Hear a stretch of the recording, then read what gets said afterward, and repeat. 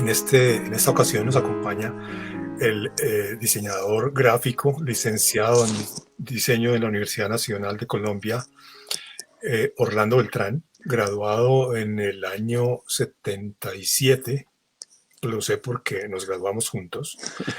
¿Quieren les digo el día? Orlando, desde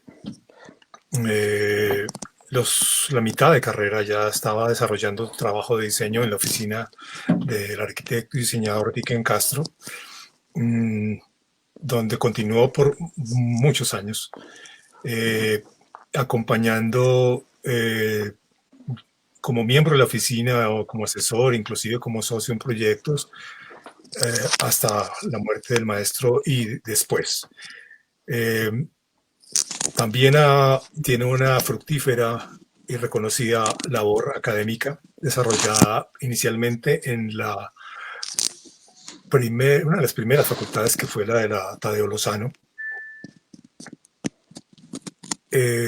También después volvió al recinto de la Universidad Nacional de Colombia, donde pues continuó prácticamente toda la vida que le permiten a uno hasta la pensión, desarrollando y más allá esa labor académica y contribuyendo al desarrollo de la ciencia del diseño, llevando al mercado laboral y al mercado creativo pues una cantidad de diseñadores que han hecho cosas bien interesantes. También ha estado en la Universidad Javeriana, en la Universidad de La Sabana y en otras instituciones que no tengo yo presente así, pero pues como había dicho al comienzo de esta presentación en borrador, prefiero no extenderme demasiado en esta presentación, porque pues el afecto por Orlando es bastante grande y podría estar aquí hablando estos 90 minutos de anécdotas y de cuestiones de afecto personal. Gracias. Entonces, bienvenido Orlando y disfruten esta charla que pues promete ser muy, muy entretenida. Bueno, Orlando, sí. queríamos iniciar entonces con la experiencia laboral, que realmente fuiste una persona que tuviste no sé si suerte o privilegio de haber estado desde muy temprano, incluso desde antes de graduarte, trabajando con uno de los diseñadores más reconocidos del país, con Dicken Castro. Cuéntanos un poco de esa experiencia, por favor, Orlando. Sí, mi señora dice que Dicken me enseñó a comer con cubiertos. Es más o menos un buen resumen de todo lo que ocurrió en esa oficina, porque fue un momento de formación. Es muy importante, porque como dices, pues es un instante en que las industrias, los servicios, todas las grandes entidades del país se asoman al diseño, y el diseño empieza a tener una relevancia al estar vinculado a toda esa vida nacional. Ya no era pues algo hecho como por un particular, sino por oficinas que tenían como especialidad el diseño. Y Dicken pues es una de esas oficinas que se dedicó a elaborar imágenes gráficas para todas las grandes empresas del país. Y yo podría decir que durante 10 años, 10 o 12 años, pues todas las empresas recurrieron a él para que les diseñara su imagen, ¿no? Entonces, en ese contexto, pues tuve la oportunidad de estar vinculado a esa oficina, que siempre fue pues, de una manera muy amable, muy informal, muy generosa, muy alegre. Yo no recuerdo el trabajo en términos de compromiso laboral, de horarios y sueldos y prestaciones, sino como un lugar de encuentro en que uno hacía el trabajo y lo hacía de una manera muy festiva, pues muy alegre. Recuerdo todavía las palabras que me dijo Dicken el día de la entrevista, cuando yo era estudiante, año 79 pudo ser, en que me decía, mire, aquí no se va a enriquecer, pero desde este quinto piso se ven los mejores atardeceres de Bogotá. Entonces, y fue cierto, pues no me enriquecí, aunque pude comprar un Renault 4 posteriormente.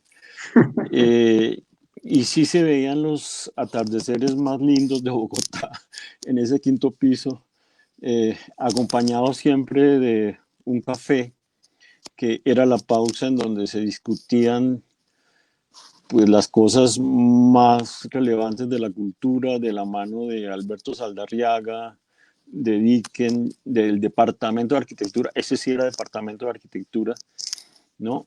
Y que gracias a esos momentos, pues, se fue haciendo un tejido de influencias, de intereses que hizo una construcción en mi carácter que marcó mucho de lo que haría después como docente en las diferentes universidades. Qué interesante. Entiendo que tú participaste, digamos, en proyectos bien puntuales, por ejemplo, de curadurías, de exposiciones, por ejemplo, de lo que ahora llaman branding y también en proyectos de señalización. Sí, eh, pues, eh, pues como te digo, en esa oficina hubo muchas de las primeras veces de diseño en el país, entre ellas la vinculación directa con el diseño de exposiciones, tal como en el caso de Ángeles y Demonios en la Colonia, arte religioso colonial, diseñadores precolombinos, exposiciones hechas en el Colombo americano de la 19 con tercera de la mano de Marilu Restrepo. Antes de que existiera la museografía y la museología, Y pues digamos que, entonces digamos que con, con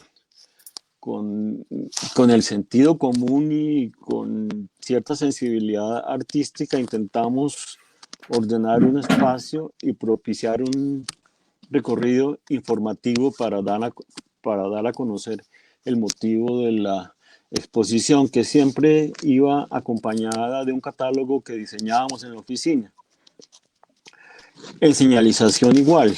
El Centro de Convenciones de Bogotá era una estrategia de Proexpo para atraer personas del exterior y generar divisas. Entonces, el Centro de Convenciones Gonzalo Jiménez de Quesada era un espacio que nunca se había construido en Colombia, un espacio pensado para reuniones multitudinarias con ayudas audiovisuales muy novedosas en la época y pues, con una disposición arquitectónica muy compleja. No había un edificio similar aquí.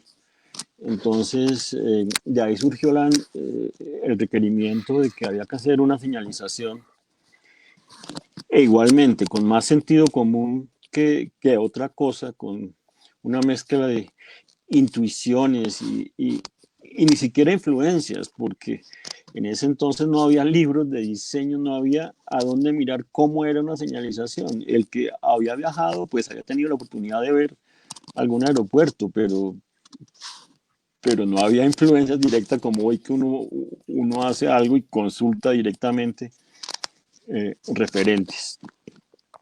Entonces también el Centro de Convenciones de Cartagena, que se hizo a larga distancia también, eh, y la Fundación Clínica Santa Fe, pues cosas que pues que poco a poco hicieron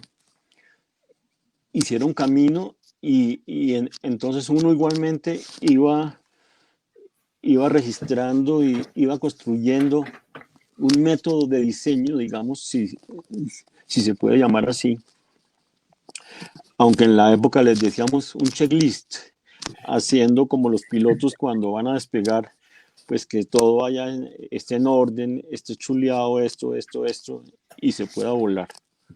Eso ocurrió allí. A Me ver, acuerdo a mí... de un libro que era como referente, perdona, interrumpo allí, Sí, no, tranquilo. que fue tal vez lo primero que yo vi de señalización y lo que me cautivó, porque lo dice Orlando, pero pues lo que era apasionante en esa oficina era el interés de Dicken por estar bien informado acerca del tema de señales, de todo en diseño gráfico. Y la señalización era un tema novedosísimo. Me acuerdo que encontré allí un libro que, como era un crucero, pues estaba en muchos países, o sea, la señalización debería ser multilingüe y entonces uno, miércoles, increíble. Y esto, pues mucha gente que no habla inglés o no va a entender.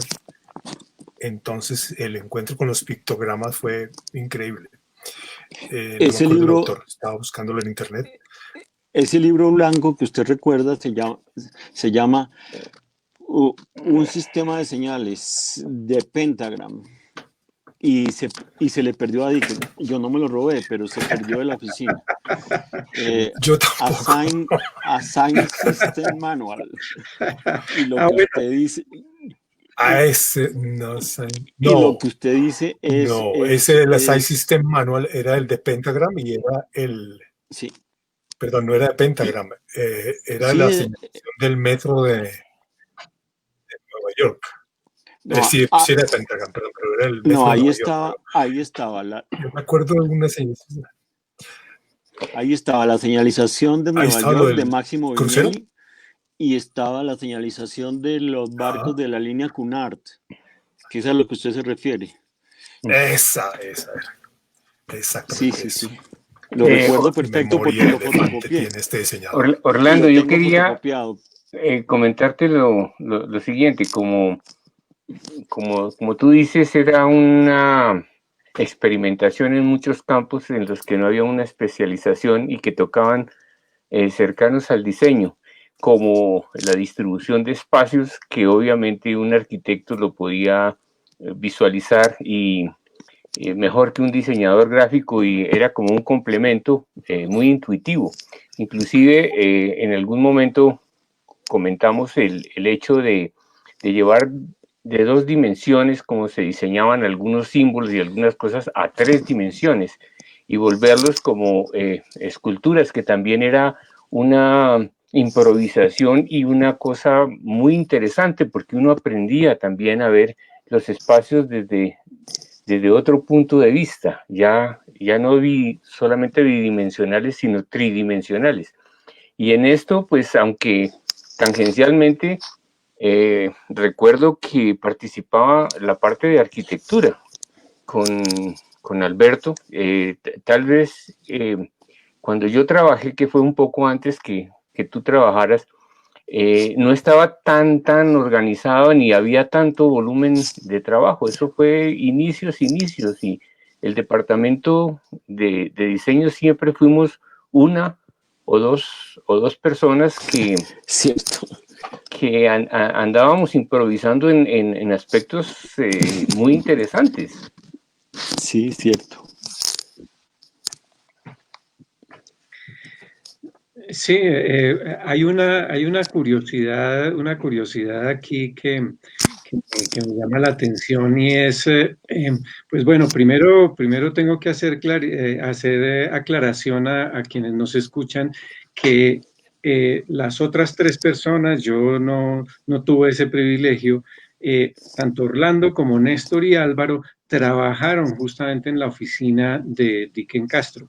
Tuvieron esa gran experiencia. Y quería preguntarle, Orlando, esa parte personal también de de relación con Dickens? ¿Cómo era el proceso, pues primero la parte de creación, cómo se hacían los proyectos creativos, la identidad, la parte de señalización, cómo era esa organización de esos proyectos? Pues yo creo que la palabra organización no cabe todavía en estos momentos, porque realmente se hacían, como digo yo, de una manera muy festiva y muy alegre y con la seguridad de que lo que se estaba haciendo estaba bien hecho. Nunca recuerdo que nos hayan rechazado un proyecto, nunca recuerdo una discusión en la oficina en que se haya menospreciado o discutido agriamente sobre ningún proyecto. Lo que se hacía, se asumía que estaba correctamente hecho. Yo creo que esa seguridad es parte de lo que Dickens proyectaba. Su ser era, era, se extendía a las imágenes que salían de la oficina. Entonces, como que si estaban con el respaldo de Dickens, era como by appointment to Her Majestic the Queen. Era como, estaba con el sello, con la impronta, y si estaba con esa impronta, estaba bien hecho. Pero eso es el exterior, pero en el interior, pues se recibía el encargo y hacíamos una especie de bocetación individual, cada uno en un blog hacía lo que pensaba que debía ser la imagen, por ejemplo, y después se discutía, ¿usted por qué pensó que era esto? Porque la analogía, porque la lectura de las figuras geométricas, porque la interpretación de los signos, porque de alguna manera había un concepto inicial que estaba planteado en las primeras imágenes y de ahí surgía un plazo. Entonces Dickens decía, ¿y para cuándo está eso?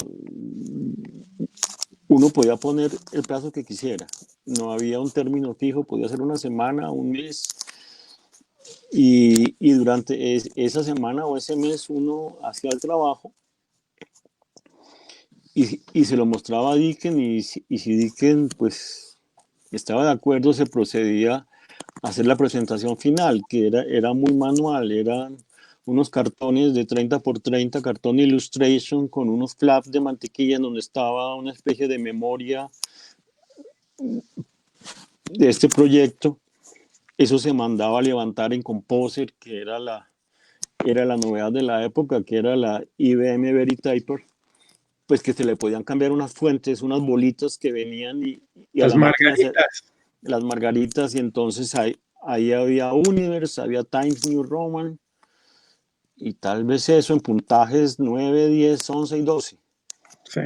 Entonces uno iba a donde doña Nora de Giraldo en el Polo, y ella era la única que sabía hacer eso y que quedaba perfectamente bien en papel mantequilla.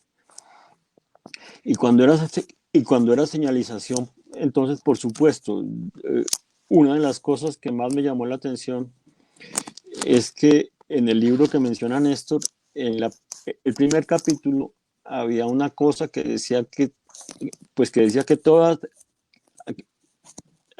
señalización debía hacerse o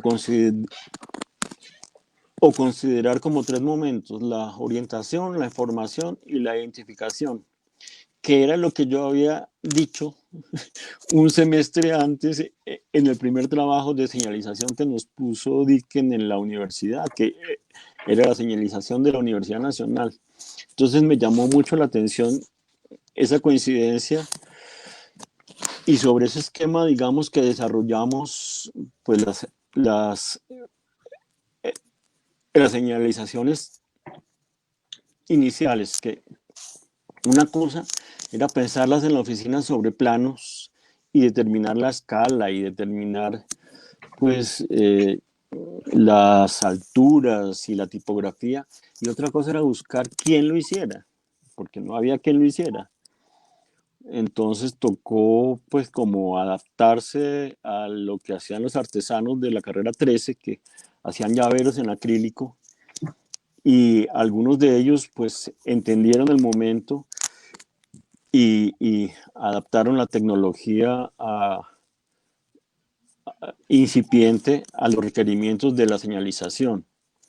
Hoy lo veo y son cosas muy burdas, digamos. En la Fundación Santa Fe, por ejemplo, se nos ocurrió que pues yo había visto que las planchas de imprenta eran en zinc y que ahí se grababa la página antes de montarla en el rodillo.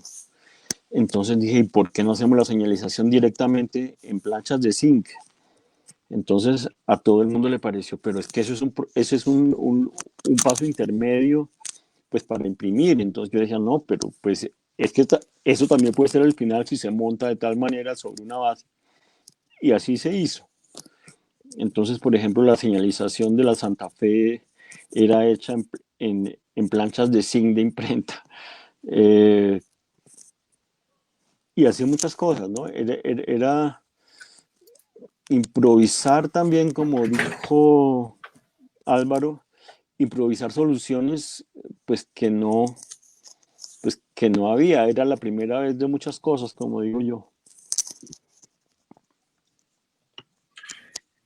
Recuerdo que en esa carrera 13, lo que hizo Orlando, el fotograbado de planchas, llegó a otro nivel. El Centro de Convenciones de Cartagena, que por casualidad pues vine yo ya como independiente a renovarle la señalización hace como 10 años, cuando ya se llama Julio César Turbay, porque con concreto y ¿cómo se llaman? Los administradores del Centro de Convenciones decidieron venderlo. Sí. Entonces encontré la señalización de la que habla Orlando todavía en perfecto estado. Bases de Guayacán y placas de bronce, de cobre, 15 por 15 o 17 por 17 sí, de fotograbado. Con el tono, el famoso tono que en ese momento se hizo famoso en muros y todo, que era el analog. De ahí recuerdo, pues algo todavía están ahí. Tengo unas por ahí de recuerdo. De eso recuerdo, por ejemplo, que había que ponerle nombre a ciertas entradas y los arquitectos no definían eso y se nos vencía el plazo del contrato y entonces nadie definía qué nombre ponerle a eso.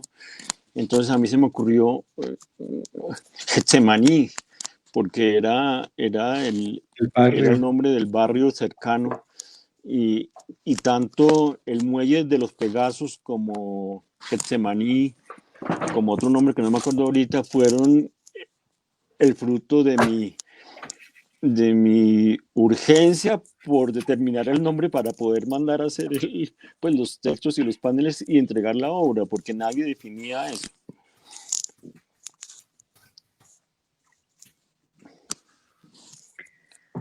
Pero, a ver, y el catalizador, sí, que es el tiempo de entrega, esa es una vaina que hace que las ideas fluyan.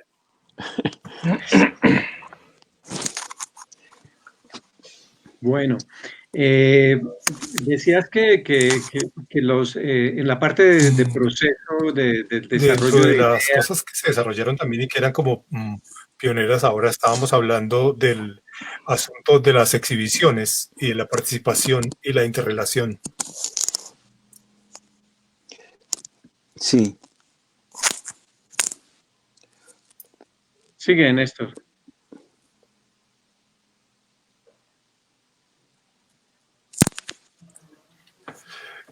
Pido disculpas porque es que yo oigo como en 3 tiempos y entonces no sé cuándo entra Brian y entro yo mucho más tarde. Pero está hablando de la multimedia y su aparición también en exhibiciones, que también es un hito en las presentaciones, en el branding, en las exhibiciones. la participación de la arquitectura como elementos constructivos y participando en las exhibiciones de una manera directa, pues eran las divisiones, el tomar un espacio y generar un recorrido, pues ya eran cosas muy arquitectónicas, pero pues estaban en un momento dado encargadas a unos diseñadores que estaban haciendo sus primeros pinos y era una responsabilidad complicadísima. Quería era que Orlando nos hablara un poco de esas primeras exhibiciones del Centro Colombo Americano. Pues esas exposiciones fueron montadas también de una manera muy espontánea, diría yo. Entonces, pues cuando entramos a la oficina, encontramos una maqueta del Centro Colombo Americano, escala 1 a 100, si no estoy mal, hecha por Álvaro Espinosa de la sala, y sobre eso hacíamos muñequitos y paneles, y sobre eso hacíamos la distribución y nos íbamos allá a montar la exposición sin miedo, pues sin ningún otro planeamiento que haber hecho la maqueta y haber distribuido pues las obras en ese espacio. En diseñadores precolombinos hubo una intervención de Fernando Barriga, que era una persona que trabajaba con los proyectores de carrusel de la época con un aparato que se llamaba un dissolver. Un dissolver era un aparato que estaba conectado a varios proyectores y suavizaba el paso de una imagen a la otra haciendo un fundido. Entonces él hizo como unas multimedias, digamos, que eran muy difíciles de cuadrar porque se requerían 8, 10, 12 proyectores, pero el Colombo los tenía. Y también tenía el dissolver. Valga la anécdota, estos años 83, 84. En el 2002 o 2000, no, un poquito más adelante, vino Ivan Chermayev al país y vino a la Universidad Nacional y pidió que le tuviéramos un par de proyectores y un dissolver. Ya nadie tenía un dissolver en Bogotá, casi que nos costó. Ya eso era una tecnología olvidada como el Betamax hace años. Al fin alguien rescató el dissolver y se pudo hacer la presentación de Chermayev. Pero otra cosa que recuerdo ahorita de una manera muy grata fue un trabajo independiente que fue una exposición de Álvaro Mutis en la Biblioteca Nacional. Álvaro Mutis iba a pasar de Oveja Negra a Norma, y Norma quería hacer como un lanzamiento de las obras de Mutis, y fue la primera vez que usé plotter de corte, que ya en ese momento era una novedad, y transcribí grandes masas de texto a paneles, y toda la exposición fue muy tipográfica, fue muy bella, porque era la primera vez que yo veía letra grande, pues páginas gigantescas, digamos. Y también pasaba lo mismo que en ciertos proyectos, que nadie resolvía ciertas cosas. Entonces había que hacer un texto en el lugar más principal de la sala y debía ser suministrado por su hijo. Y su hijo no aparecía y no definía, y ya estaba encima de la exposición. Y ante la presión, pues tomé la decisión de elegir un párrafo que a mí me gustaba mucho de el diario de Lecumberri, o Lecumberri, creo que tiene tilde. Y pues eso lo puse en la entrada. Y entonces ocurrió que la noche de la inauguración pues llegó Mutis con todo su séquito y dijo: ¿quién eligió ese texto? Yo, maestro. Pues es el párrafo más lindo de mi obra, no sé qué. Y yo quedé pues, como un príncipe y un un gran conocedor de su obra que realmente me gustaba, pero que no, pero pues yo era un personaje muy menor para esas alturas. Bueno, pero de eso hay también, pues miles de anécdotas, me imagino, porque pues inventando cosas, inventando paneles, inventando tipos de presentación sin existir ese guión museográfico, digamos, como decíamos al comienzo, decías tú al Sí, comienzo, debió ser también toda una odisea, toda una experiencia interesante. sí, pues eran cosas que, y, y como no había todavía un deber ser, entonces pues se hacían las cosas con el entusiasmo con que uno las emprende, ¿no? Y pues afortunadamente hubo, hubo más aciertos que errores en esa época. Mm, Pues que también los hubo y grandes, ¿no?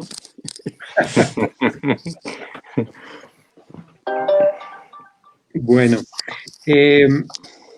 ¿Recuerdas tú algún proyecto de esos en particular en donde hayas tenido alguna participación mucho más prominente, mejor dicho, que Dickens haya dicho, haga usted y encárguese de ese trabajo al 100% porque confío en su criterio, confío en su trabajo?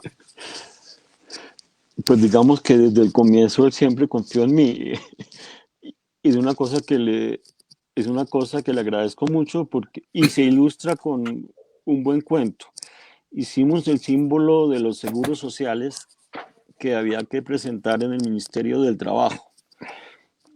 Pues yo era muy joven y vestía de blue jean y suéter. Yo no, entonces, y pues zapato de goma, que era como el uniforme de arquitectura. Entonces, Dickens me dice, el día de la presentación, Dickens me dice, ¿usted me puede acompañar a la presentación del símbolo? Y yo le digo, ¿con esta facha, maestro? Pues sí, eso no pasa nada, eso no importa. Bueno, me fui con mi blue jean y mi suéter y mis tenis, mis zapatos y era la junta directiva del Seguro Social y el ministro y bueno, era una cosa intimidante. Y entonces dije que tiene o tenía ese don de atraer a su persona cierta simpatía y cierta energía positiva, empezó a mostrarle el símbolo y empezó a explicar pues, pues la razón para haber llegado a esa imagen gráfica. Y de un momento a otro llega y me dice, yo estaba en el otro extremo de la sala y me dice, cierto Orlando, que no sé qué, Ratifíqueme que eso es. uy, entonces yo quedé como paralizado porque todo el mundo volteó a mirar a ver quién era el tipo a quien Dickens le ¿Quién era preguntaba el personaje? y, y pues no sé qué dije o si pude hablar o no porque me azoré mucho, pero ese era el grado de confianza que tenía Dickens, ¿no? Que pues a uno le soltaba los proyectos y pues yo creo que eh, pues que todos los proyectos tuvieron su injerencia en mayor o menor medida.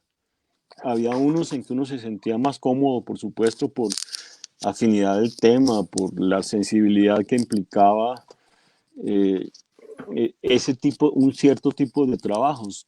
Había otros más difíciles, más mecánicos, más racionales, había unos en términos emocionales.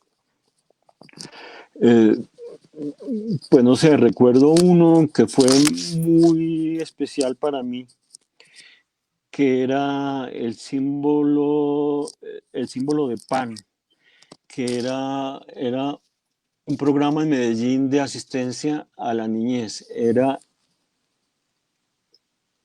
el programa de asistencia a la niñez. Y eran unas señoras antioqueñas que se aparecieron un día y le preguntaron y le dijeron a Dickens si le podía regalar la imagen. Dickens dijo que sí y se le olvidó el asunto. A mí también. Entonces, en ese momento, él dijo que plazo de un mes. Yo dije, bueno, está bien, un mes. Pero había cosas que reportaban, pues, ingresos económicos por encima de esto que era gratuito. Y se pasó el mes. Un día y al mes llegaron las 3 señoras a la oficina una tarde, sin avisar ni nada. Dicken, venimos por el trabajo que nos prometiste. Entonces Dicken va a la oficina y me dice, están las señoras de Medellín que están esperando la imagen de Pan. Y yo, la imagen de Pan. A mí se me había olvidado completamente. En ese estrés y en esa urgencia, entonces me dice, mientras yo les doy un café, invéntese algo. Agarré un pincel y pinté una casa, señora, una casa con una cabeza, digamos, y patas y manos, y en la mitad de la casa un niño en posición de gestación, que era la razón de ser de la fundación. Y entonces, pues llegué a la oficina con eso fresco, lo hice en 15 minutos, pero fue una imagen muy buena, muy impactante. A las señoras no les gustó que el niño estuviera de cabeza porque era muy pornográfica. Porque así era como estaba el niño en la barriga, que debía ponerlo al derecho no, con la cabeza arriba.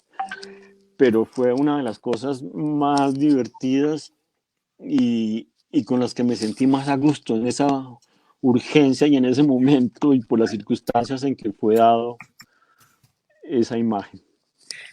Qué interesante, mira, que justamente nuestro proyecto tiene que ver también con esa parte de lo manual, del hacer, ¿no? De tener ese repentismo, por ejemplo, que tú estás diciendo ahora con relación a ese logo. Y nuestro proyecto involucra eso, entonces es de lo análogo a lo digital. ¿Cómo llegaste posterior? Sí, cuéntame. Es que también tengo el ejemplo contrario. A ver. Una compañía de seguros que era una S la inicial. Entonces en un proceso muy dickeniano, Dickens dijo, es que hay que hacer una imagen como de protección, como una S, como algo así. Pues yo me gasté un mes haciendo la estilización de unas manos en un espacio negativo, la contraforma y no sé qué, y bueno, y finalmente lo presentamos. Y eché un mes haciendo 4 líneas, sin mentirle. Y cuando llegamos a donde el presidente de la compañía llega y dice, pero es que eso es una S. Y yo, ¿cuál es? Pues claro, había estado tan concentrado en la contraforma que nunca vi la S. Yo veía el espacio negativo y el significado de la cosa. Entonces, como dice Alejo Carpentier en un cuento, que alguien tenía la capacidad de convencer a alguien de una cosa y luego demostrarle exactamente lo contrario. Un jesuita que tenía la capacidad de convencerlo de una cosa y después demostrarle lo contrario. Bueno, pues lo digital no apareció sino hasta muy tarde. Ya en la última época, digamos que hubo algunos trabajos en que el computador marcó algo, pero seguimos siendo manuales hasta que trabajamos, hasta el final de los trabajos. No hubo una predominancia digital en nada de lo que hacíamos. Incluso cuando hacíamos papelerías, la maqueta de la papelería era hecha con letras C de 6 puntos. Usted se podrá imaginar lo que es alinear una dirección en tipografía de 6 puntos, letra por letra. Pero no eran 6, eran 7 y 8. Sí. Sí, Pero había letra C de 6 con la que no, hacíamos no había algunas letras cosas. de 6 puntos. Uy, No, pero Porque las tarjetas eran de era 6 puntos. difícil, sí, sí.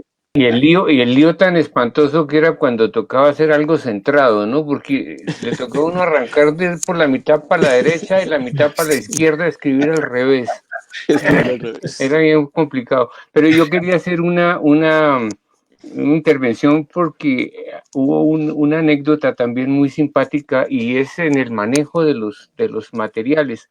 En algún momento había una empresa que se llamaba Seguros La Libertad, que le pidió a la oficina que hiciéramos un trofeo para el mejor vendedor del mes o del año, yo no recuerdo bien. Y tocaba ir a donde hacen los trofeos. Y allá donde hacen los trofeos, igual que a donde hacían los llaveros que te referías, Orlando, todo era muy, muy brillante, todo era reluciente, era dorado y plateado. Pero la idea de Dicken era hacerlo con el material crudo, que era en bronce.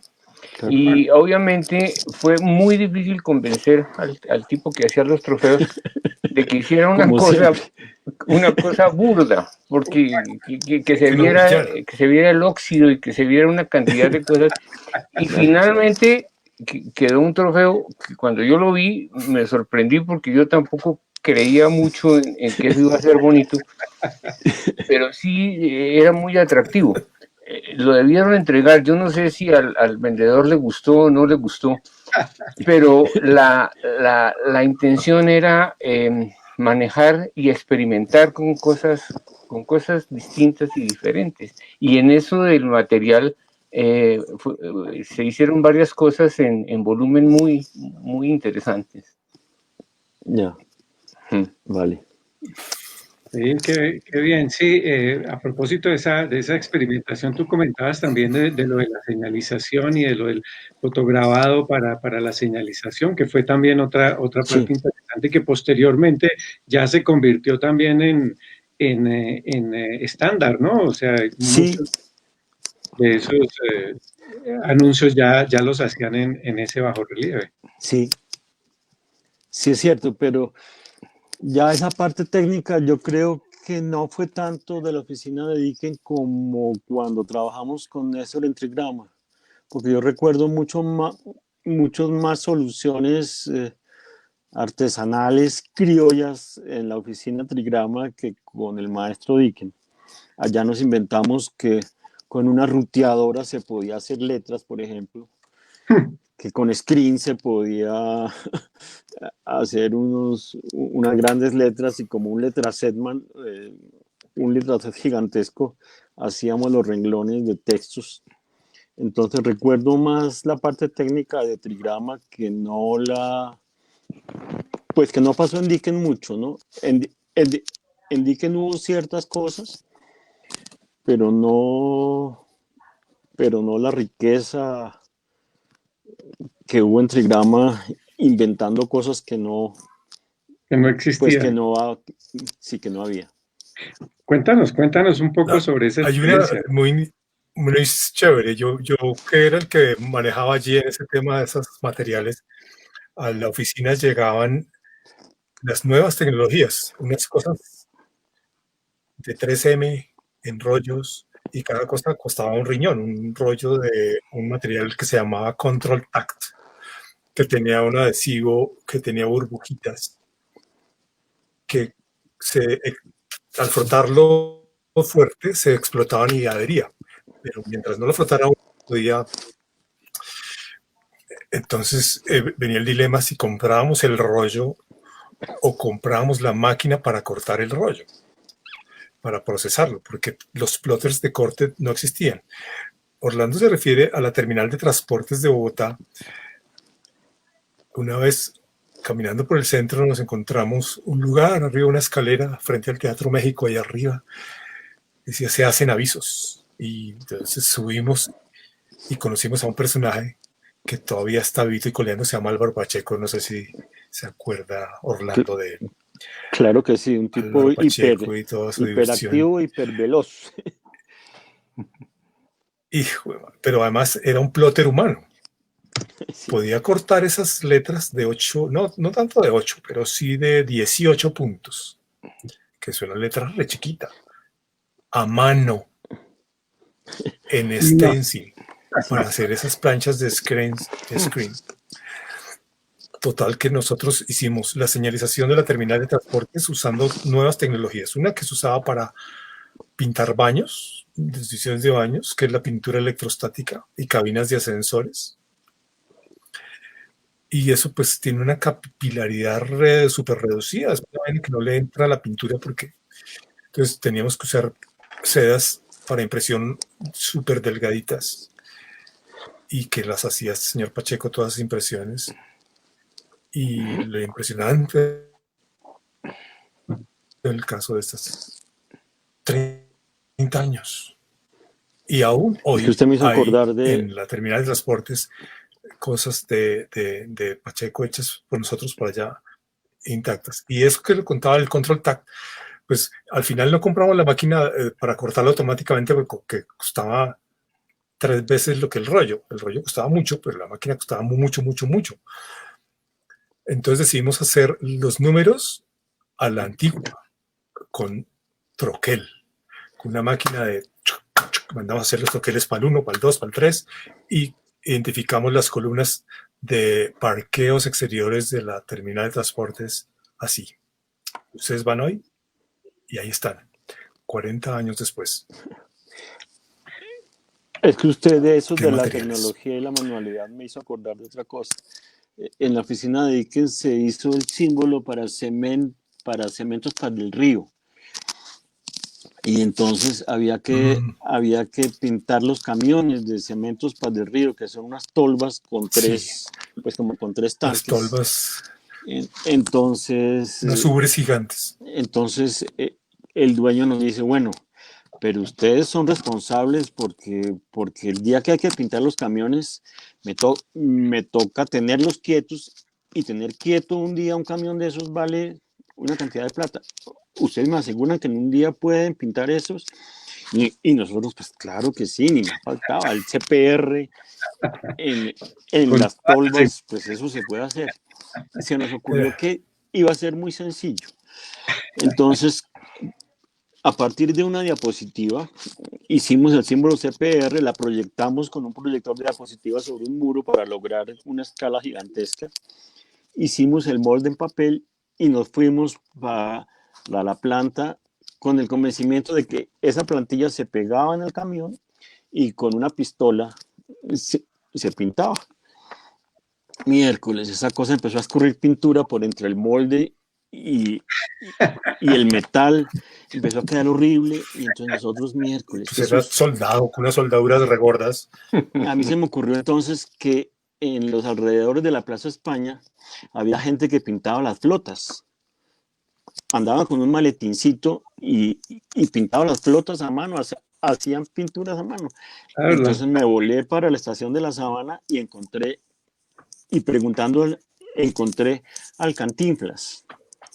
El Cantinflas era un pintor que en sus ratos libres iba de feria en feria imitando a Cantinflas. Cuando no imitaba a Cantinflas, él pintaba buses. Entonces le dije, oiga, ¿usted puede hacer esto? Y dijo, pues claro que sí. ¿A dónde hay que ir? Entonces el tipo tenía un maletincito de cuero, unos pinceles y unos tarritos de pintuco. Y yo le dije, mira, hay que pintar 3 camiones en esta tarde con estas letras. No, hubiera dicho. Entonces llegó, el tipo llegó y a mano alzada, sin mentirle, a mano alzada, con el dibujo como en un tamaño como la mano, pintó en el camión las letras, le echó pintuco y los 3 camiones estuvieron listos por lado y lado en 2 horas.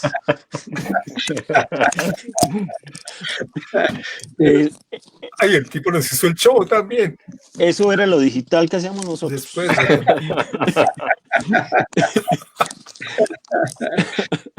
Era muy divertido en todo caso esas...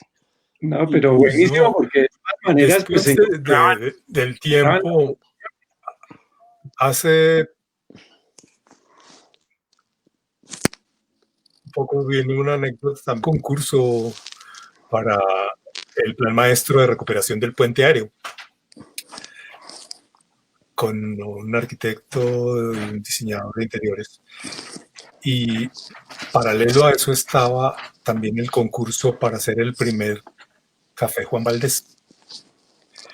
Y no pensaría que pues, eso pasó mucho tiempo después de eso que está diciendo Orlando del Cantinflas, que es una historia del carajo, se me había olvidado. Y para pintar las columnas del segundo piso de la sala de espera gigante del aeropuerto El Dorado, que eso es una altura así, pues a mí se me ocurrió pues pintar alrededor de las columnas a Conchita y a Juan. Y estaba pensando lo mismo de cómo era la plantilla y la vaina. Pues lo único era que sí había unos plotters para hacer esas cosas grandes, pero lo que decía Orlando es escurrir la pintura por donde fuera. Ya no fue un Cantinflas, fue un peluquero de Soacha. El que peluqueaba, pero también pintaba. Con ese señor hicimos como unos 30 cafés. Juan Valdés se especializó en pintar el triángulo de Conchita, porque pues no existía ninguna máquina o ninguna cosa que hiciera macro impresiones. Tenía que ser una persona que tuviera en la cabeza la deconstrucción de eso, igual hacer una plantilla de ese tamaño, así como dice Orlando, de una hojita tamaño carta, coger la cosa y hacía una cuadrícula, y luego esa cuadrícula la volvía 1 metro y allá a mano. Sí. Me hicieron acordar del famoso,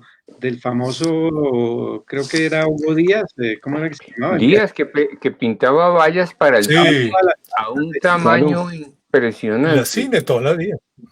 Sí. Aerógrafo. Sí. Era un maestro, o sea, de una precisión increíble. Cierto. Hay un coleccionista de pendones ahí por la 13, una bodega con esos pendones gigantescos. Era buenísimo. Marilyn Monroe, Gina Lollobrigida, Sofía Loren. Sí. Yo me acuerdo de unos incluso que hizo después ya tridimensionales de tiburón. Los hizo ahí en la séptima, en uno de los cinemas, eso era espectacular. Bueno, Orlando, entonces tu experiencia con lo digital en el proceso, no dices que no fue realmente tan importante. ¿Tú posteriormente tuviste algún trabajo en donde la aplicación de lo digital o la exigencia, digamos, de lo digital te hizo también ver la importancia que tenía eso digital? Pues he procurado evitarlo realmente. No es un tema que me atraiga. Sé que es una limitación pues que tengo, porque no he sido pues muy atraído hacia la gráfica, hacia las soluciones digitales. Pues digamos que entiendo el funcionamiento, pues sé corregir un trabajo pues que me presentan los alumnos. Hoy me veo enfrentado, por ejemplo, a que las clases pues son virtuales y en cuestión de una semana tocó pues aprender qué era Zoom, cómo se hacía, cómo se asignaban los trabajos, cómo espero la respuesta. Pero más allá de eso, un trabajo pues, que sea concebido para lo digital, realizado para lo digital, en el ámbito digital, pues no he hecho. Por ejemplo, la autoedición. O sea, tú estuviste trabajando libros y todo esto.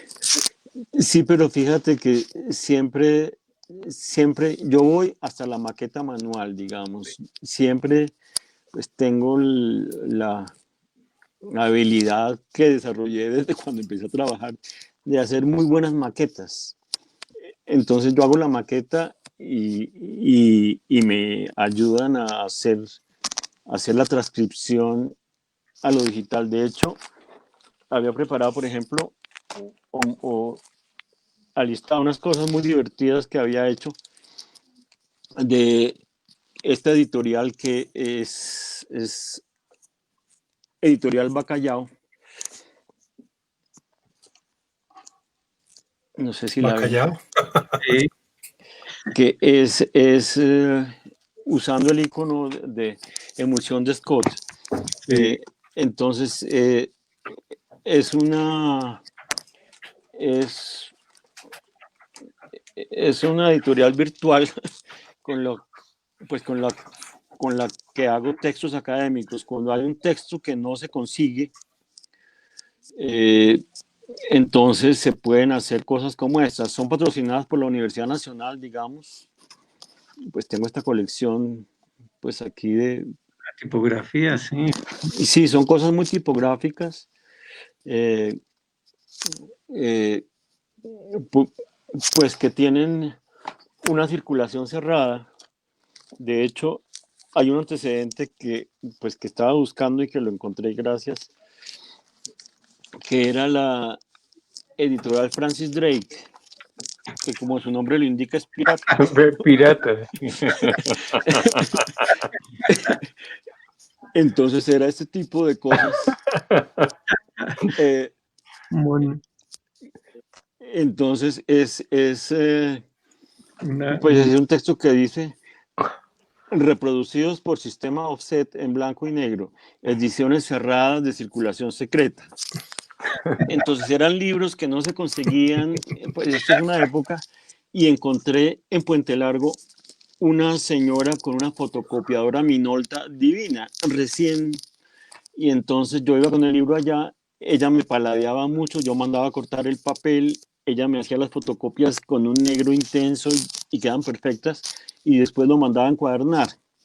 Entonces, para estar afiliado, pues había que dar una cuota. Entonces yo anunciaba entre los profesores: mire, voy a sacar una edición de 10 libros de este texto que no se consigue. Entonces me daban alguna plata y con esa plata mandaba a hacer el libro y el saldo lo recogía cuando les entregaba el libro. Alguna vez me demoré en entregar el libro porque algo pasó. Entonces un profesor de la Tadeo llega y me dice: oiga, usted me va a entregar el libro porque presiento que estamos siendo asaltados en nuestra mala fe. Porque, porque como eran libros piratas, entonces él sentía que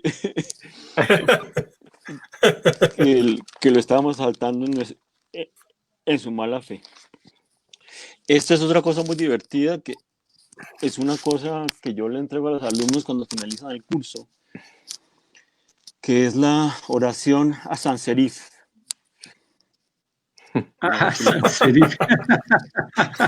Imprímenos. Entonces dice San Serif, imprímenos. Bueno, entonces, como digamos, esa parte me parece divertida, pues aparte de pequeñas cosas que hago comercialmente,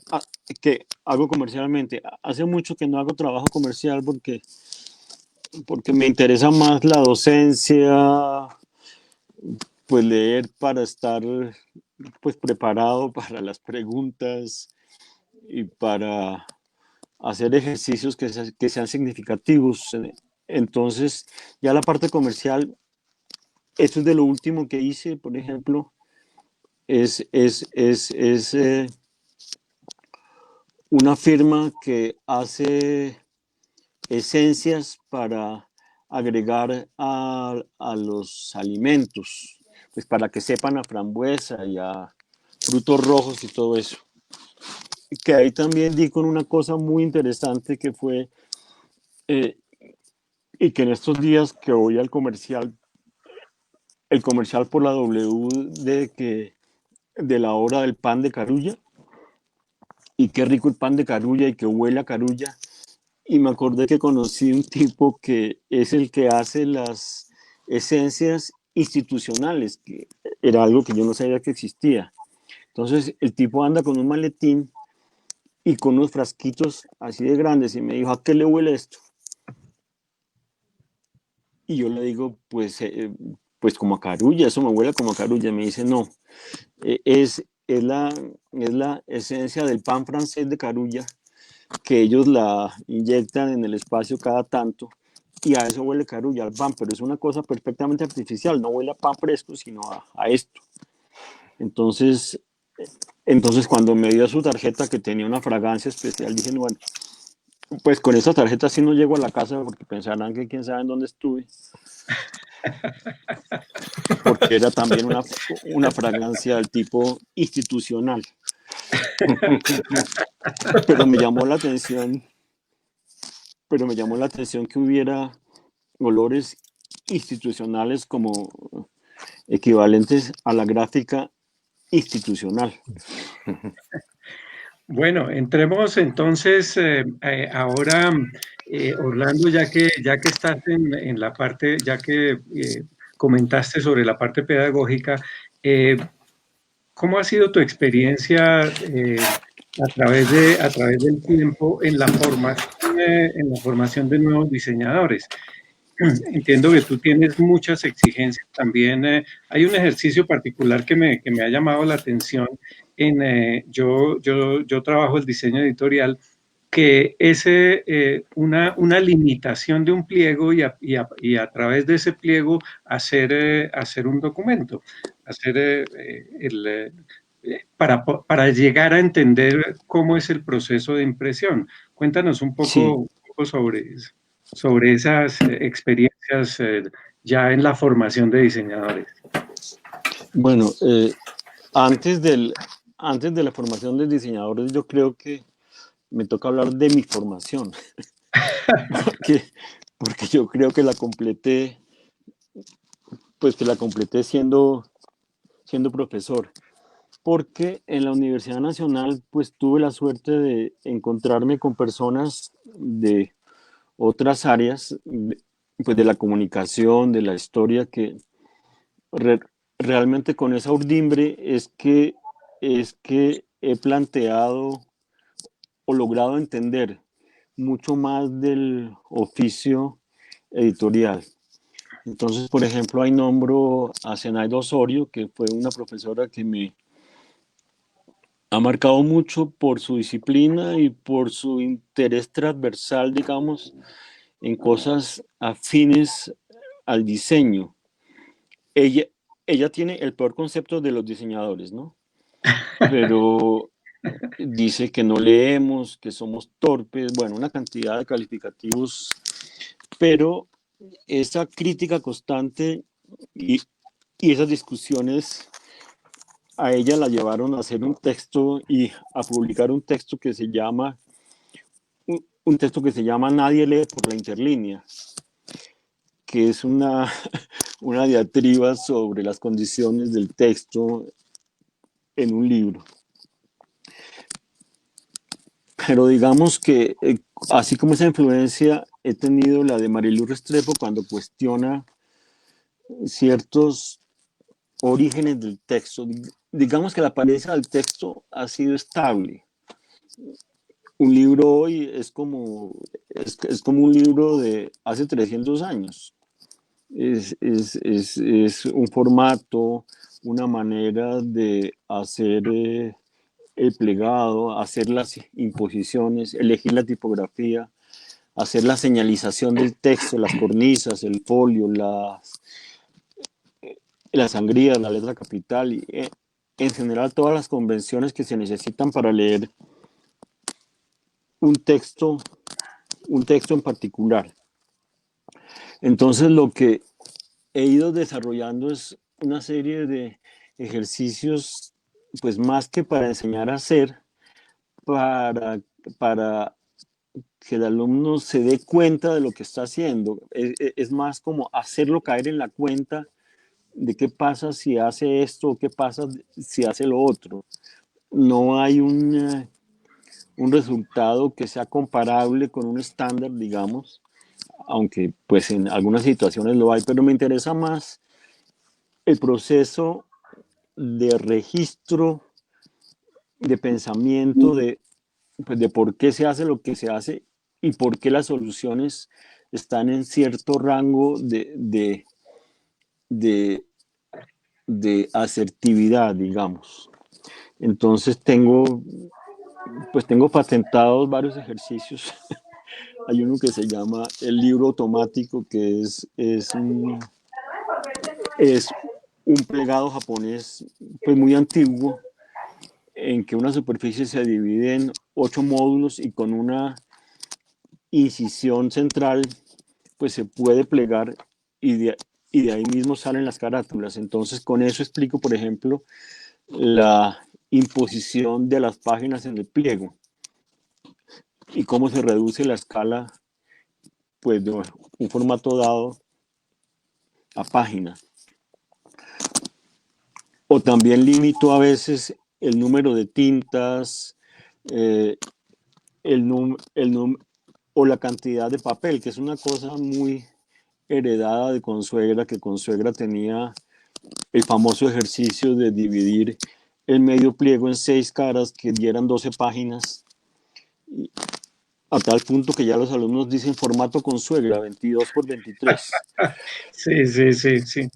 Pero esa herencia es más, es debida pues a Consuegra, que desarrolló en la parte académica toda una metodología para hacer ver pues eso que yo también estoy intentando hacer ver. Entonces me interesa más, pues tengo suena pretencioso, hago otro ejercicio que se llama escuchando la tipografía, que es basado en un texto de un norteamericano que se llama Frank Armstrong, un artículo que se llama Head and Type, en donde hace el paralelo entre la tipografía y la música, ¿no? Entonces casi siempre busco que no se dé el diseño por el diseño mismo, sino que esté mezclado con, pues que tenga un sustento de otras disciplinas, de otras ciencias. Me interesa mucho, por ejemplo, que los alumnos lean. Entonces cuando pongo ensayos de texto, siempre me remito a un mexicano que se llama Alfonso Reyes, que tiene unos ensayos estupendos. Entonces, a la vez que diagraman, están leyendo a Alfonso Reyes, a la vez que diagraman, están leyendo pues autores que le aportan. En mi época se hacía esos ejercicios con texto figurado. Yo recuerdo que en Letraceda había una hoja de texto figurado que era quasque tandem Catilina Patientia Nostra, que era una cantidad de frases en latín pues, para hacer el texto. Hoy no lo hago con texto figurado porque entiendo que ese momento también es importante en la formación. Entonces siempre estoy buscando textos que aludan a la que enriquezcan su acervo. Hay un ejercicio de números, por ejemplo, en que uso un texto de García Márquez que se llama El cataclismo de Damocles, en que él hace una reflexión sobre la plata que se invierte en armas y cómo lo que vale un misil, pues se pueden hacer 200 escuelas y mantenerlas durante un año. Entonces los números, por ejemplo, son muy presentes en ese texto. Entonces me sirve para explicar cómo se hacen los números entre un texto. Uso el Evangelio también, aunque no soy católico. Uso el texto de el juicio final en el Valle de Josafat, en que a cada uno nos van a sacar el libro de la vida y le van a preguntar, bueno, ¿usted qué hizo? Entonces cada uno tiene que hacer el libro de la vida en cifras. ¿Usted cuánto tiempo invirtió haciendo qué? Entonces es la reflexión personal también. Sí, entonces son libros que Pues yo creo que en eso ha cambiado mi enfoque en el diseño, en que antes se hacía texto figurado, en que antes uno se preocupaba mucho por la forma, ¿no? Pues yo recuerdo que había un ejercicio que nos hacían en la universidad los maestros, que era: haga un volante de 3 cuerpos a 2 tintas, sin importar qué. Entonces uno decía, bueno, pero ¿cómo así? No, era únicamente la forma. Hoy me preocupa más el contenido, y que el contenido les ayude eh, a, a formarse como personas. Entonces siempre estoy buscando, pues, autores que digan algo, pues, que sirva de vínculo y de enriquecimiento al diseño gráfico que van a tener ellos, a hacer ellos. Eso me lleva, muy interesante todo esto que nos estás planteando, porque eso ya es, ya da una idea del sentido de formación.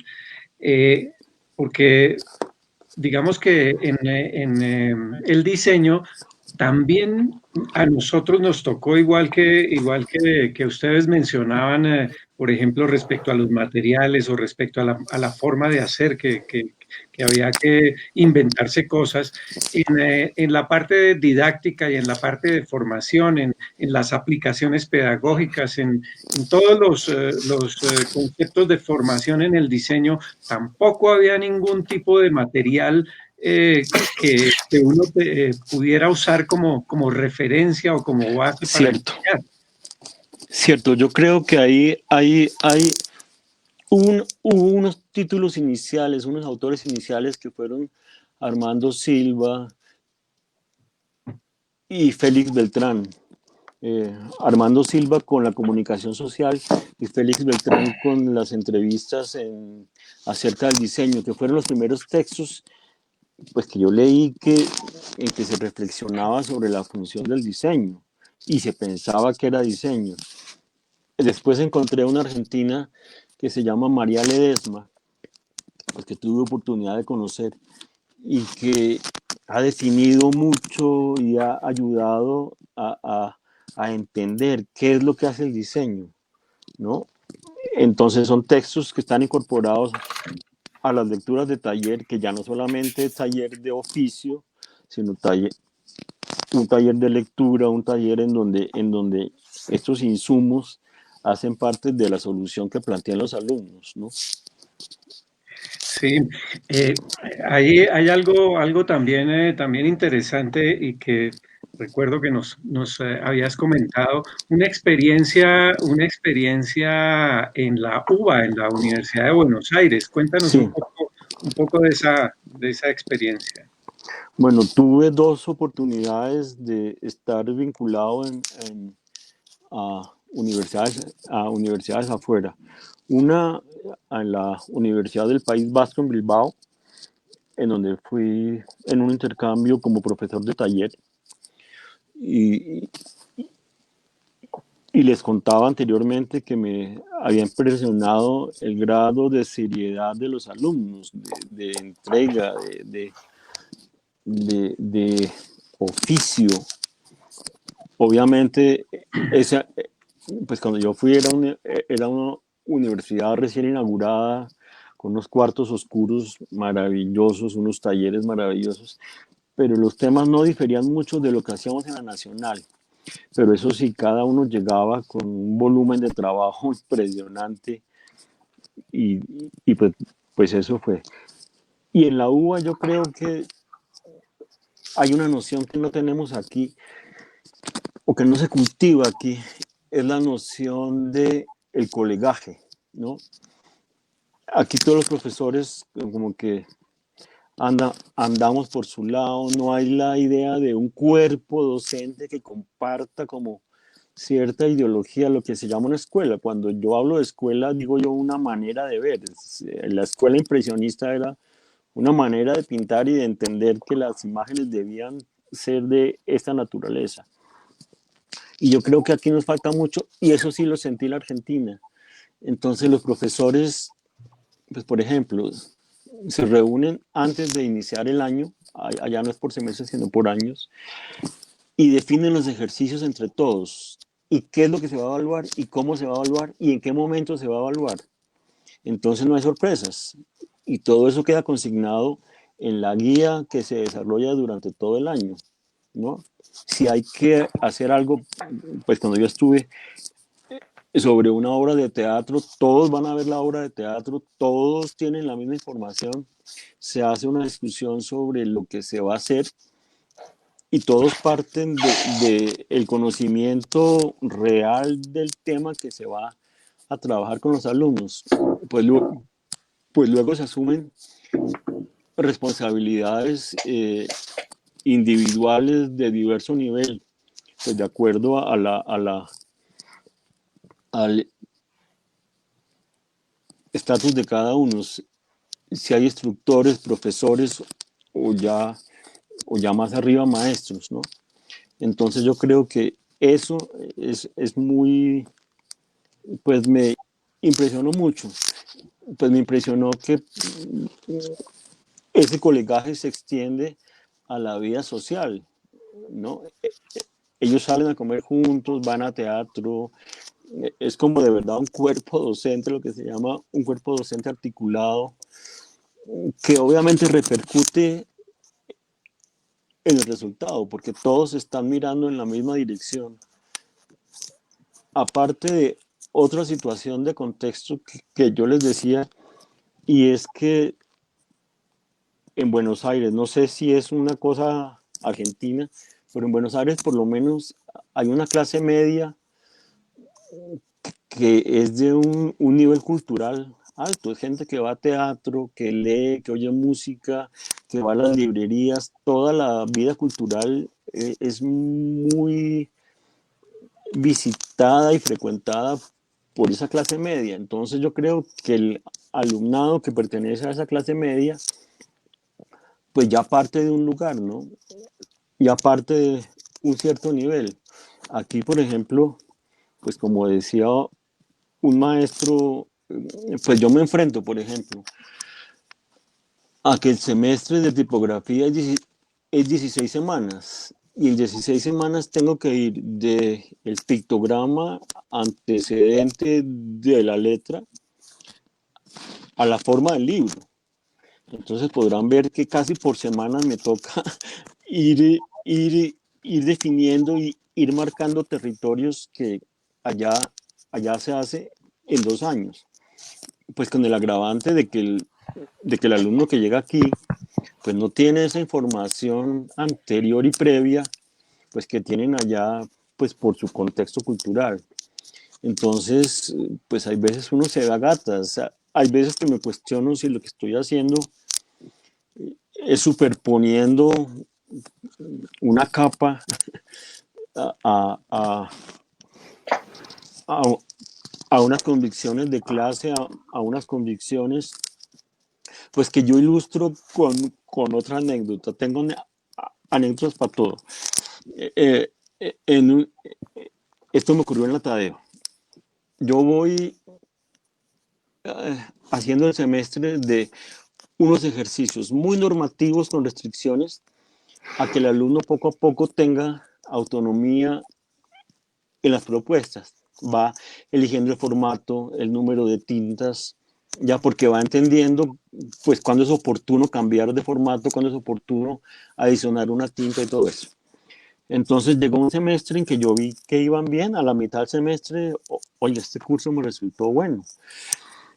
Entonces se me ocurrió hacer un pequeño ejercicio para corroborar el nivel en que estaban. Hagan su invitación a matrimonio. Y les mostré ejemplos muy buenos que tengo, pues de cosas hechas por tipógrafos muy finos, en caligrafía unos, en papeles, en formatos, no sé qué. Bueno, el día de la entrega me llegó una niña con una cama, una maqueta de una cama en escala 1:20, una cosa como así de grande, y la invitación estaba impresa en la sábana, entonces uno corría como el cubrelecho y la sábana decía, el señor tal invita al matrimonio de su hija tal. Entonces yo me preguntaba, bueno, un profesor de taller que enseña tipografía, ¿cómo la coge aquí? ¿Qué dice ante esto? ¿No? Entonces me di cuenta que a veces uno, pues como que sin está enmascarando una situación, ¿sí? Está enseñando una solución estética pues que no corresponde al sentir de la persona que la está haciendo. Esto hace años y eso me hizo reevaluar muchas cosas, ¿no? Pues como también otra cosa que me hizo reevaluar, otra anécdota, una vez yo estaba en una exposición y se me acercó una niña y me dice, ¿usted es Orlando Beltrán? Y yo le digo, sí, ¿por qué? Porque usted me dio clases en agosto de 1980 y dijo que mi trabajo era como una bandeja paisa.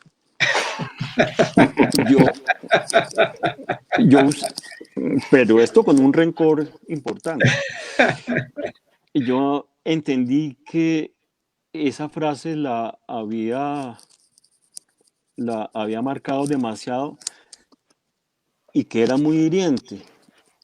Y desde ese entonces también reevalué mucho esos chistes que hace uno pues pensando que le están entendiendo en el buen sentido la corrección. Entonces fíjese que también esos ejercicios lo retroalimentan a uno, como dicen ellos, y esa retroalimentación pasa por replantear el objetivo, por replantear el vínculo que uno establece con el alumno, por no usar cierto tipo de lenguaje que uno creía muy efectivo cuando hacía pues, unas críticas muy mordaces. Entonces hay veces que esas críticas, pues, más que construir, lo que hacen es destruir. Entonces, eso es una evolución también que me ha hecho pensar en qué está haciendo uno, qué es el ejercicio que está haciendo uno y para qué, ¿no?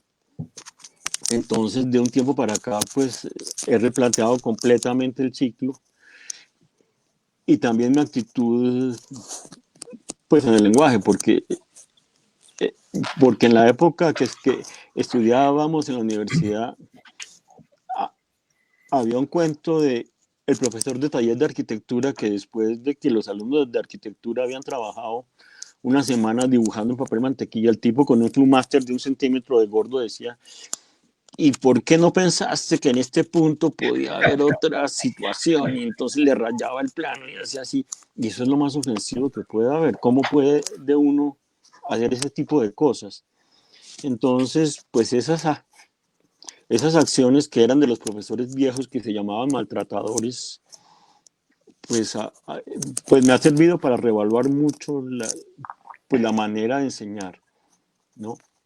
Entonces, por eso digo que a la pregunta que me hiciste al comienzo, yo creo que hay que empezar por el profesor, cómo se ha ido formando más que a los alumnos que ha formado. No, uno va aprendiendo, en la medida en que va experimentando también. Pero Claro. entiendo, por ejemplo, a propósito de esa individualización que estás haciendo ahora y de el tipo de cursos, digamos, que manejamos aquí nosotros. En el caso de la UBA, entiendo que son cursos gigantescos, que son cursos de 200, 300 alumnos, ¿no? ¿Y cómo se hace para 600. para manejar 600. ese tipo de grupos? Bueno, como les contaba en la sesión anterior, la universidad allá es de verdad abierta y pública. Todo el mundo que se inscribe entra. No hay restricción ninguna. Entonces, claro, en primer año hay 600 alumnos, hay 700 alumnos. Hay 700 alumnos que están luchando. Uy, se nos bloqueó. Se nos bloqueó Orlando.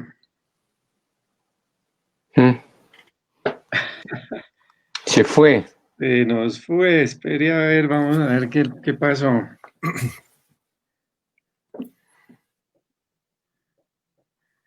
Qué vaina, no, oye, pero bien interesante toda esta experiencia que nos cuenta, que nos cuenta Orlando sobre, a ver, aquí ya no Ahí sé. vuelve a entrar.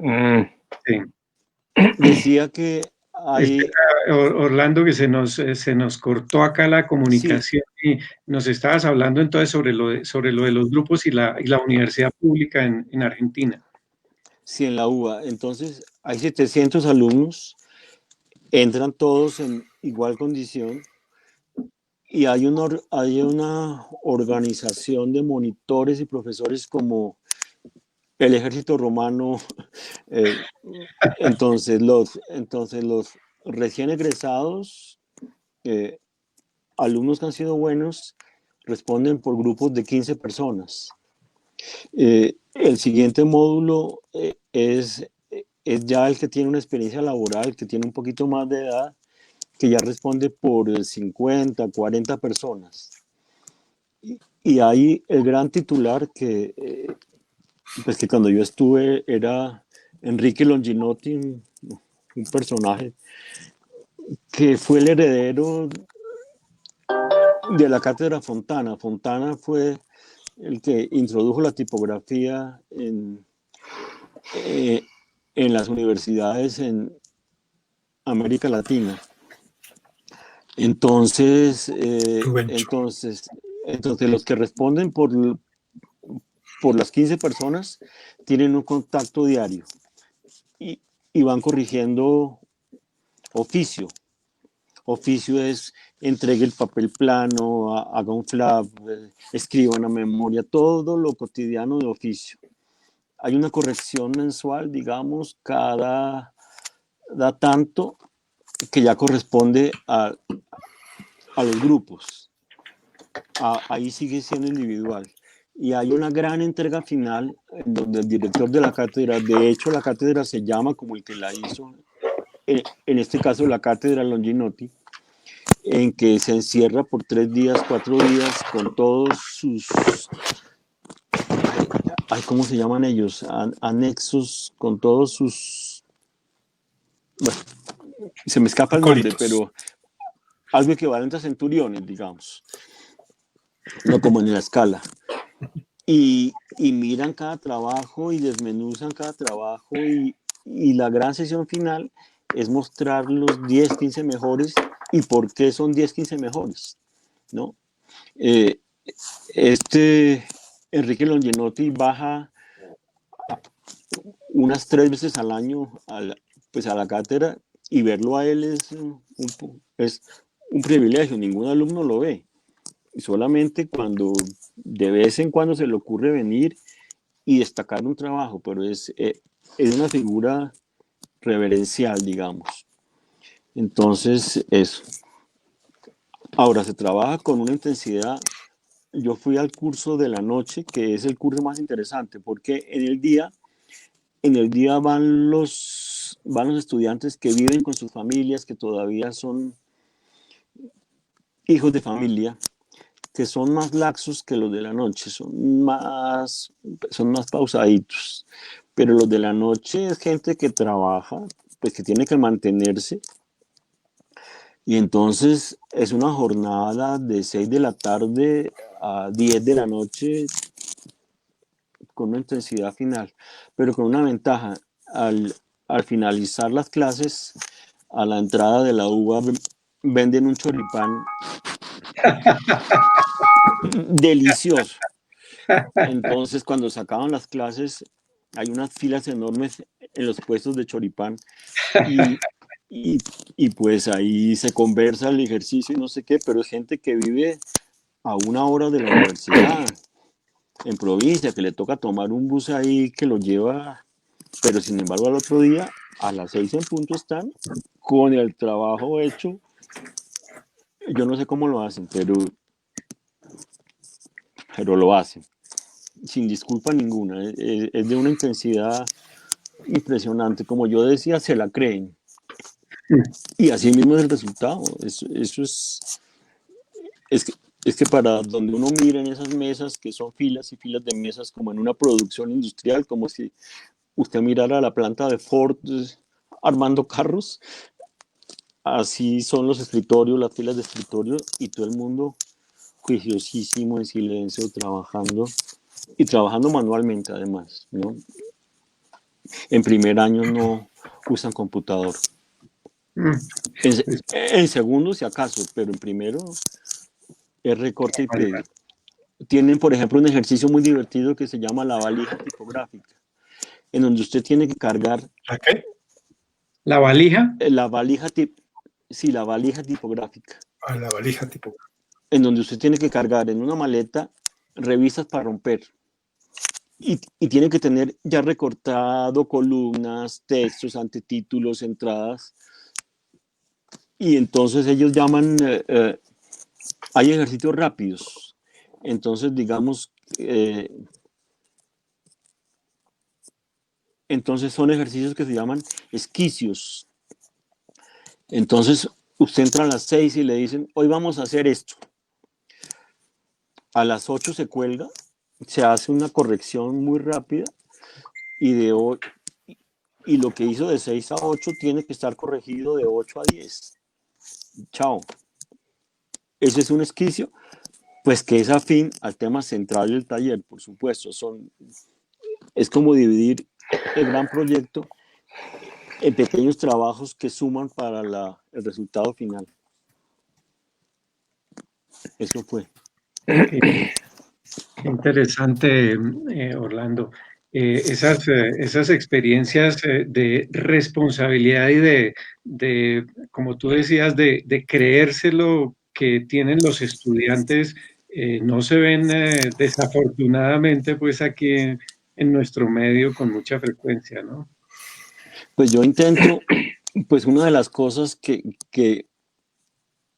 he aprendido en este oficio es que más que correcciones pues puntuales, hay que sembrar confianza en el estudiante, que lo que está haciendo vale, que lo que está haciendo es interesante, pues que lo que está haciendo, sí, pues yo empiezo por decirle, bueno, ¿usted cuántas horas le metió a esto?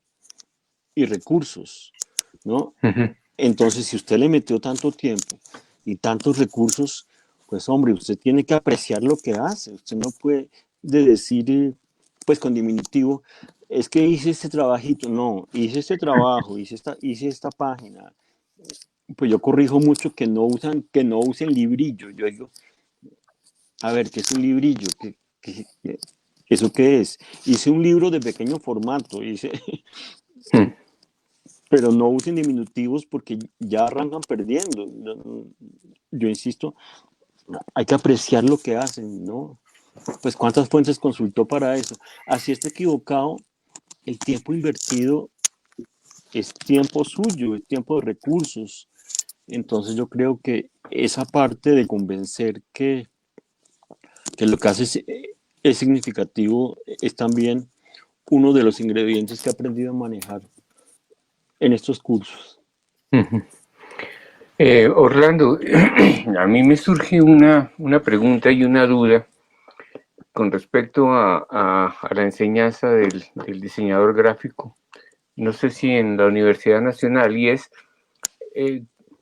con respecto a cómo sale la persona con respecto a las fuentes de trabajo que va a encontrar, a las oportunidades que tiene de entrar a trabajar. Muchas veces se meten, y es tal vez uno de los mayores lugares donde pueden trabajar son las agencias de publicidad. Cierto. Y en las agencias de publicidad se encuentran con una cantidad de cosas que son completamente desconocidas. No es solamente la parte de la habilidad que tienen para expresar y aprender a componer y a experimentar, sino cosas que no tienen nada que ver con eso, sino con unos clientes y con unas situaciones económicas y con unas restricciones y con unos lenguajes también que son completamente extraños y que a los que nos tocó en algún momento trabajar en agencias de publicidad fue muy duro porque éramos completamente ignorantes de este tipo de cosas. Y obviamente hay personas que se dedican a la docencia y tienen un camino bastante teórico para hacer las composiciones, pero en la parte práctica, ¿cómo está respondiendo la universidad a esos requerimientos del mercado? Pues yo no, generalizaría la respuesta, pues clasificando a los alumnos de ninguna manera, porque me parece que hay situaciones personales e individuales que le dan la razón a unos y a otros. Yo lo veo en los trabajos de grado. El que no se quiere arriesgar, el que tiene una posición más o menos cómoda, hace pasantía. Y pasantía es, como dice Álvaro, ir de mano de obra a una firma, a una empresa. Se trabaja en los estándares y en las normas de la agencia o de la empresa. Uno le pregunta al final al alumno en la evaluación, bueno, ¿usted qué aprendió? No, aprendí que el trabajo por fuera hay que hacerlo muy rápido, maestro. Bueno, pero eso está bien para ese estudiante pues, que quería hacer eso. Muchos se quedan en las empresas. Eso es inevitable. Y entonces tenemos gente de 1,500,000, 1,800,000, que ante la urgencia y la situación económica, lo mejor que le pudo pasar es eso, ¿sí? Eso no quiere decir que no tengan visión, pero digamos que se conforman con esa situación. Otras personas tienen otras expectativas del diseño. Digamos que la universidad no hace, pues no da, o la formación universitaria no da resultados homogéneos, no da un perfil homogéneo, porque interviene mucho de dónde viene el alumno, interviene mucho cuáles son las expectativas, a qué se expuso durante la carrera como estímulo para encontrar el campo en que va a trabajar. Entonces, hay gente, por ejemplo, que nunca va a un concierto, siendo que en la Nacional cada viernes, usted sabe, en el auditorio hay conciertos. Gente que nunca va a una obra de teatro cuando por todas partes hay una cantidad de grupos. Gente que nunca se inscribe en un paseo a San Agustín cuando la universidad hace 2 salidas semestrales a San Agustín, ¿no? Entonces también depende. Porque al igual que han salido personas como el que se ganó el premio del Instituto Humboldt el de Colciencias, que es un egresado que hace toda la parte gráfica de Colciencias y, oh sorpresa, trabaja en una agencia que se gana 1,500,000. Y yo decía, bueno, pero este tipo, ¿cómo se gana 1,500,000 si en cualquier parte del mundo pues sería el jefe? Pero pues eso pasa. Pero de ahí también han salido, por ejemplo, Naranjo con Rey Naranjo, por ejemplo. O también ha salido Lola Barreto pues, con todas las cosas audiovisuales que se han hecho. Ha salido Roxana Martínez con Popular de Lujo, que es toda una investigación sobre la gráfica popular. Entonces yo creo que la universidad pues tiene eso. Ofrece muchas cosas, muchas cosas, como ninguna otra, como les digo yo. Yo nunca he visto un bus que diga Universidad Javeriana por ninguna carretera de Colombia. Nunca.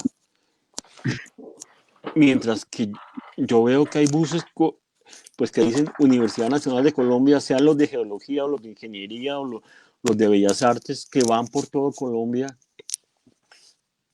en plan de visitas. Entonces yo creo que la respuesta pues a eso de cómo piensa la universidad, el diseño y la vida nacional, yo creo que hay que repensarla. Evidentemente el diseño tiene otro papel hoy, pero casi que diría que los alumnos y más que alumnos, los estudiantes lo asumen desde su propio interés, porque la universidad, pues yo creo que genera eso. Es como decía alguien, es como pasar por el seminario, eso imprime carácter. Uno termina hablando como cura cuando va al seminario, uno termina siendo de la nacional cuando va a la nacional. Y eso implica una manera de ver, una manera de sentir, un rango de intereses, pues que se desarrollan matizados por la fuerza de cada uno, ¿no? Sí, eso es real.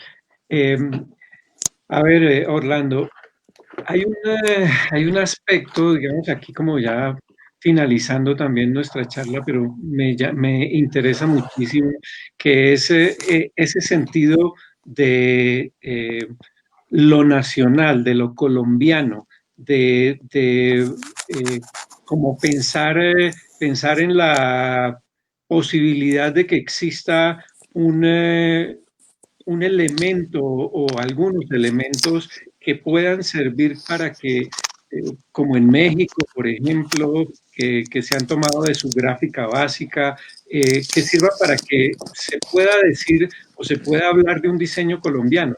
Desde la academia, ¿cómo se ve o cómo se trabaja eso? Pues yo no creo que haya un diseño colombiano, sino unos, unos problemas colombianos que resuelve el diseño. Porque el diseño, pues, es universal. Sí, cuando ya, si yo entiendo el diseño no como la parte estética solamente, como la pieza, sino como la actitud de generar una solución desde la disciplina de lo visual, pues yo creo pues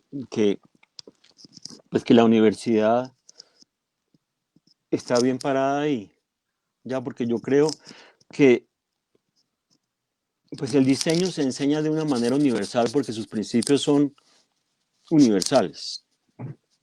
Tengo un libro de diagramación pues que compré en China y es en chino haciendo las proporciones áureas. Entonces yo decía, bueno, eso es un concepto universal. Yo creo que la particularidad del interés por la vida nacional está dada por dos asignaturas que convergen y que son muy fuertes allí, que son la historia del arte y los usos de las imágenes. Historia del arte porque está sesgada o no sesgada, tiene como ingredientes la historia editorial en Latinoamérica. Entonces, semestre tras semestre hay cosas muy interesantes sobre lo que hacen los brasileños, los cubanos, los chilenos, los argentinos, los ecuatorianos, los peruanos. Entonces, eso marca mucho. Y los usos de las imágenes, porque cuestiona mucho la gráfica que se hace, especialmente la gráfica publicitaria. Entonces, pues yo veo ejercicios muy interesantes, pues que ponen en cuestión a los alumnos y a los profesores. El tipo de temas que se abordan como casos para generar diseño, ¿no? Y esas dos asignaturas que se ven en 3 niveles han configurado mucho de la identidad del diseño en la Universidad Nacional. Ya, porque el diseño que es uno, tú ves en la Tadeo el mismo tipo de solución o más o menos los mismos ejercicios, pero cuando el alumno enfrenta por su iniciativa cosas, ahí está la diferencia. Él tiene otra conciencia de lo que debe ser el diseño. Por supuesto que sí. Bueno, qué interesante todo lo que hemos estado conversando hoy, Orlando. Ha sido bastante ilustrativo Pues, todo lo que hemos conversado hoy, esta parte pedagógica que es buenísima porque queremos rescatar también un poco eso, esa labor pedagógica y por eso mismo vamos también en esa misma línea a hablar con algunas de las universidades la Universidad del Cauca, la Universidad de Nariño, la Bolivariana, en fin, todas las universidades que tienen también diseño gráfico dentro de sus facultades, porque nos interesa muchísimo. O sea, esa parte que tú estás planteando, que has desarrollado, que tienes ya, digamos, una metodología, un trabajo más formado, digamos, hace que ese diseñador que sale, en el caso de la Nacional, tenga un sentido social, que tenga un sentido mucho más relacionado y mucho más asentado con la realidad que vivimos. Me parece a mí, no sé cómo lo ves tú, pero tengo esa impresión. Pues yo creo que hay tanto por conversar de eso pues que yo también pienso en la juventud, en el perfil del estudiante que entra allí, ¿no? Y no únicamente que sea particular, sino la época en que estamos viviendo. Pues cuando nosotros entramos era un mundo que ya no existe el mundo que nosotros conocimos ni en donde trabajamos inicialmente. Hoy veía, por ejemplo, en clase una cosa muy divertida. Yo hablaba de los carteles de Muriel Brockman, y entonces una china, tac, tac, tac. Estos maestros, sí, esos. Pues cuando en mi época había que pedir el libro prestado en la biblioteca, si existiera el libro, llevarlo a la siguiente clase, que era el otro miércoles, y era un tiempo largo, ¿no? Aquí, por ejemplo, corregimos en pantalla. Pues cuando en nuestra época, cuando se le caía a usted un punto de la Composer, había que ir al polo a que la señora de Giraldo le levantara un punto para volverlo a pegar en el arte final. Entonces son dos situaciones completamente distintas. Entonces yo creo que también, pues yo le veo más mérito a los profesores de hoy que a los estudiantes de hoy. Porque los profesores de hoy tuvimos que tener una transformación así. Vivimos el tipo de plomo al tipo digital, y tuvimos que hacer todo el camino y comprenderlo rápidamente. Sí, mucho más vivencial, claro. Ya, yo creo que que los que nos ganamos la medalla somos los profesores, no los estudiantes. Bueno, Orlando, pues de verdad sí. Sí, hay muchos que no se imaginan. Cuéntame, Néstor. No se imaginan que Muchos de que la vida sin celular.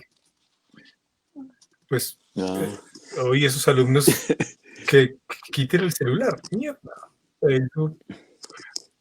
No nacieron con un celular ahí en la mano, los entretenían con el celular.